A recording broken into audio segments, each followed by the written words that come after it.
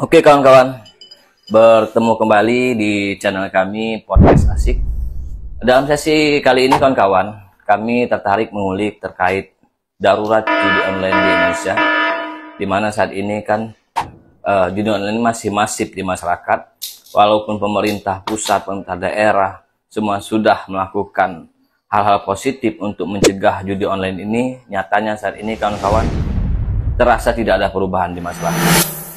Saya melihat daripada data terbaru analisis daripada memperkirakan di tahun 2025 ini berkemungkinan 1.200 triliun berdasarkan data dari PPATK pada tahun sebelumnya 2024 itu 980 sekian triliun. Ini sangat luar biasa kawan-kawan. Kami melihat ada 8,8 juta pengguna judi online, dan di mana 10%-nya itu adalah anak-anak.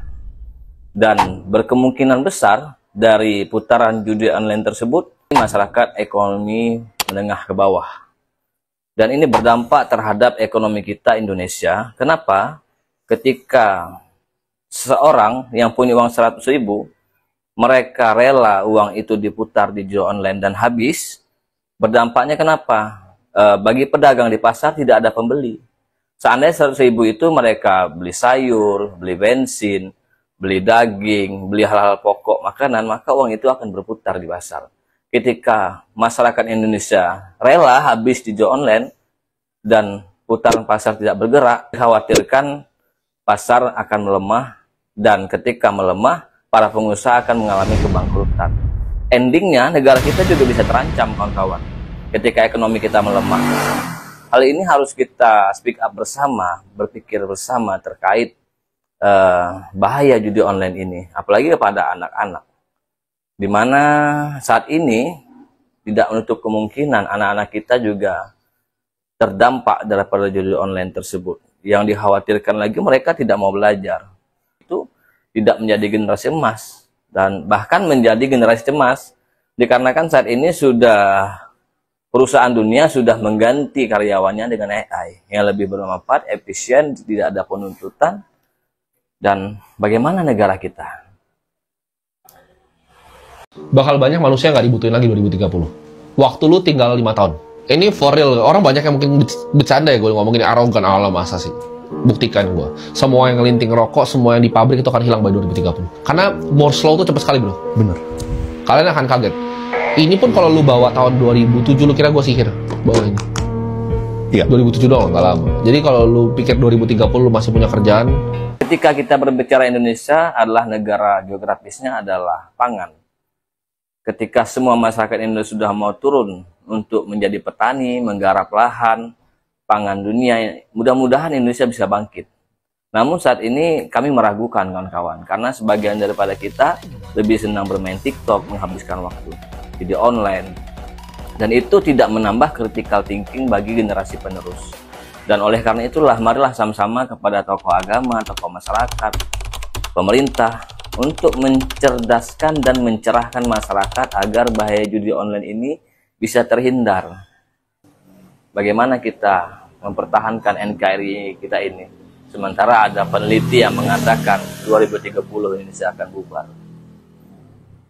Sepertinya bisa bahaya juga Indonesia ketika semua masyarakat sudah terjun ke judi online, malas belajar, malas bekerja, ya tunggu saja Indonesia akan mengalami tenggelam dalam sejarah. Di negara lain, mereka sudah bikin kajian-kajian di mana Republik Indonesia sudah dinyatakan tidak ada lagi tahun 2030.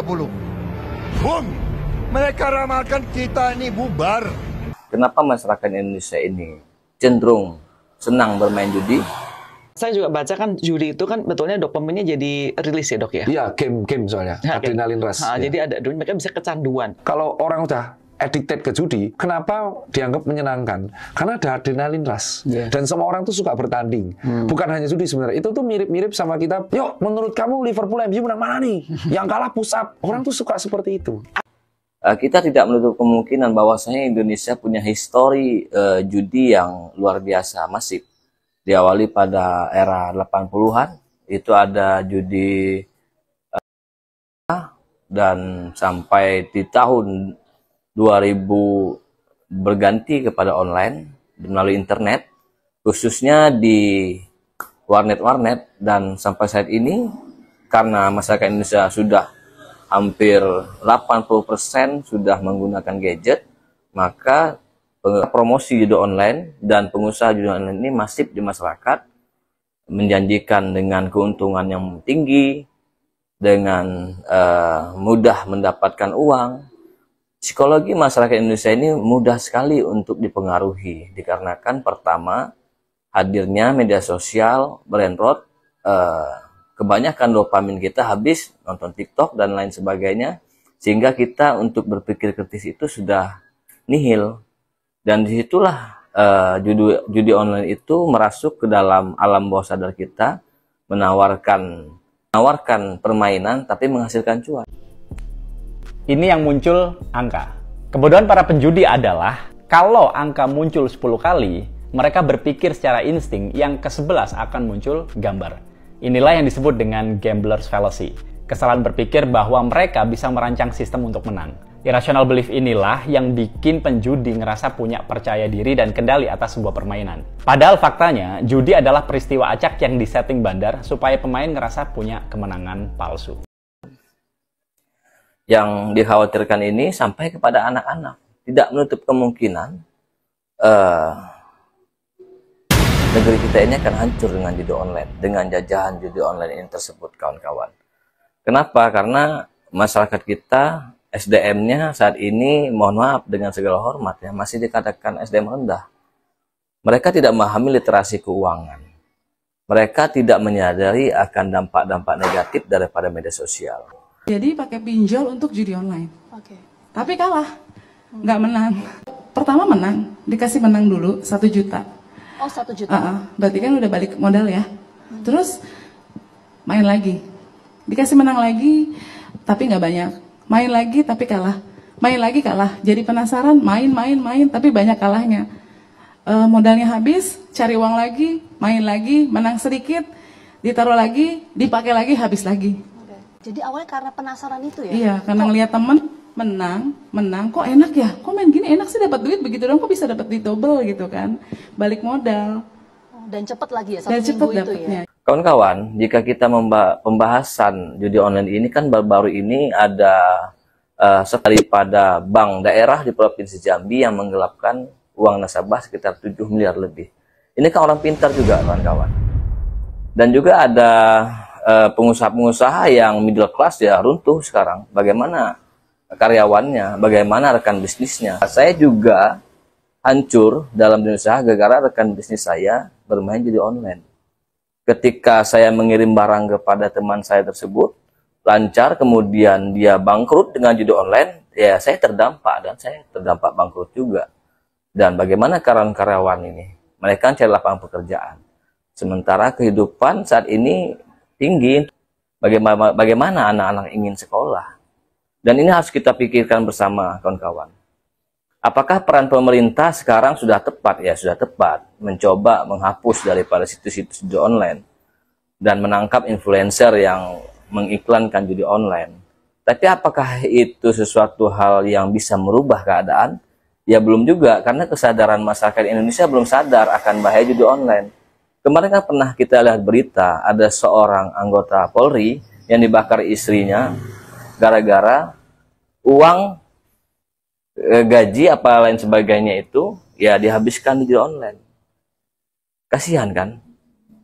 Dan juga ada anak yang melakukan kriminal kepada orang tuanya gara-gara judi online juga. Dan berapa banyak orang yang bunuh diri gara-gara judi online. Ini sangat luar biasa, kawan. Dan juga ada juga teman saya mengatakan, apakah bahaya judi online, apakah koruptor? Ya, kedua-duanya sama. Sama-sama menghancurkan bangsa. Mental Indonesia ini tidak lain tidak bukan terkesan hipokrit. Mental munafik. Itu juga beberapa penelitian mengatakan apakah gara-gara dijajah Belanda kemarin, apakah memang bangsa kita yang menjajah bangsa kita sendiri di era kolonial tersebut. Dan itu banyak sejarawan, banyak kisah yang menyatakan hal tersebut. Apakah begini terus bangsa ini, kawan-kawan? Apakah kita tenggelam dalam keniscayaan, mimpi, hidup dalam ketiadagunaan? Bangsa ini adalah bangsa yang besar, bangsa yang bermartabat, bangsa yang spiritualitas. Apakah kita bisa hancur gara-gara judi online dan para koruptor? Dan koruptor ini, kenapa mereka koruptor? Gara-gara kita juga. Biaya politik tinggi di Indonesia ini, kawan-kawan. Kalian nggak milih kalau nggak dikasih uang. Setelah mereka dikasih uang, setelah mereka memberikan uang, mereka ingin membalikan modal, kalian reseh. Itu salah kalian juga. Karena kalian yang meminta uang. Ya, secara hukum ekonomi, kalau orang punya modal, mereka ingin punya balik modal. Kalian koruptor. Sebenarnya koruptor mental kita sendiri, kawan-kawan. Pemilih dan ingin dipilih itu sudah hilang daripada tujuan berbangsa dan bernegara. Mudah-mudahan ke depan kita punya kesadaran sama dan mampu menjadi bangsa yang mandiri, bangsa yang besar di tahun 2045, yang mana digaung-gaungkan Indonesia akan menjadi generasi emas, melahirkan generasi emas. Saat ini nyatanya saya ragu, bagaimana populasi Indonesia? Apakah kita menjadi solusi di masa yang akan datang? Apakah kita menjadi polusi di masa yang akan datang? Memang saya sedikit pesimis dengan keadaan tersebut. Sebenarnya yang bisa kita kejar, saya mendukung program Bapak Presiden terkait dengan kita harus menjadi pangan dunia. Lahan-lahan kita subur, mari sama-sama kita kembali memikirkan dengan pangan, kawan-kawan. Karena itu yang bisa kita kejar. Karena secara teknologi kita tertinggal. Secara intelektual kita masih tertinggal dengan negara tetangga. Kita hanya punya lahan, bagaimana lahan-lahan itu bisa kita tanami, bagaimana kita bisa menjadi lahan lumbung pangan dunia. Mari kita pikir-pikirkan, kawan-kawan. Mungkin itu dulu, kawan-kawan ya. Mudah-mudahan nanti daripada analisis ini mampu berkembang di masyarakat, dan tujuan kami tidak lain tidak bukan untuk menyadarkan kesadaran bersama agar bahaya judi online ini bisa perlahan memudar dan mudah-mudahan hilang di negeri Indonesia. Mari bangkit, kawan-kawan. Bagi kawan-kawan yang sudah terpengaruh di online yang bisa belum keluar, belajarlah kepada orang yang bisa berhenti, karena ada pepatah, seorang penjudi yang berhasil itu ialah yang mampu berhenti dari judi. Oleh karena itu, judi adalah mimpi yang membuat kamu menjadi seorang penderita handal sampai kamu mati. Dulu kawan-kawan ya.